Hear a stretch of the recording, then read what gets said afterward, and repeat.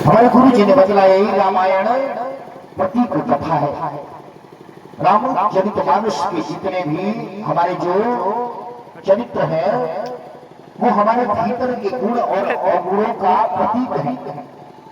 हमारे गुरु जी कहते थे रामायण का रहस्य समझो, हमारा ये शरीर ही रामायण है, हमारा ये शरीर ही रामायण है और इस शरीर में हृदय ही अयोध्या है और उस हृदय में विराजमान आत्मा ही राम है, बुद्धि ही सीता है, बल ही हनुमान है, लक्ष्य ही लक्ष्मण है, भाव ही भरत है, भक्ति ही विभीषण है, सहयोग ही सुग्रीव है।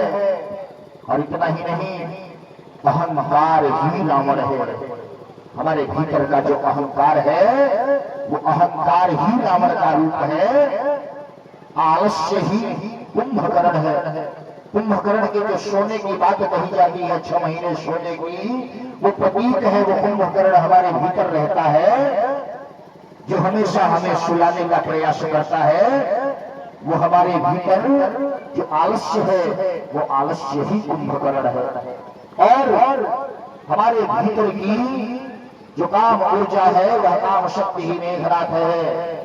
हमारे भीतर के 6 विकार काम क्रोध मद लोभ मोह माश्चर्य, ये 6 विकार ही रावण की 6 अंगों की सेना है, रावण की शराब की सेना है। और ये रामायण घटती कैसे है, ये घटना घटती कैसे है? ये सीता हरण बाहर नहीं, ये सीता हरण हमारे भीतर होता है। हमारे भीतर की पंचवटी में जब भीतर बुद्धि रूपी सीता को अहंकार रूपी रावण हरण कर लेता है, तब हमारे भीतर आत्मा रूपी राम, लक्ष्य रूपी लक्ष्मण, भाव रूपी भरत, सहयोग रूपी सुग्रीव और भक्ति रूपी विभीषण सबको साथ में लेकर के और उस अहंकार रूपी रावण का संहार करते हैं और हृदय रूपी अयोध्या में पुनः राम राज्य की स्थापना करते हैं।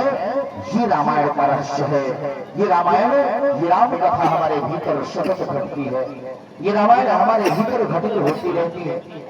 प्रायः हमारा अहंकार हमारी बुद्धि का हरण कर लेता है, हमारा अहंकार रूपी रावण बुद्धि का हरण कर लेता है। ये सीता हरण हमारे भीतर होता है। रामायण के इस रहस्य को समझें और अपने भीतर चल रही उस रामायण को समझें। ये रामायण राम कथा सुनने का भाव है। और आइए भगवान के राज तिलक का कार्यक्रम शुभारंभ करें, क्योंकि आज 7वां दिन है, आज कथा की पूर्णा होती है और आप सब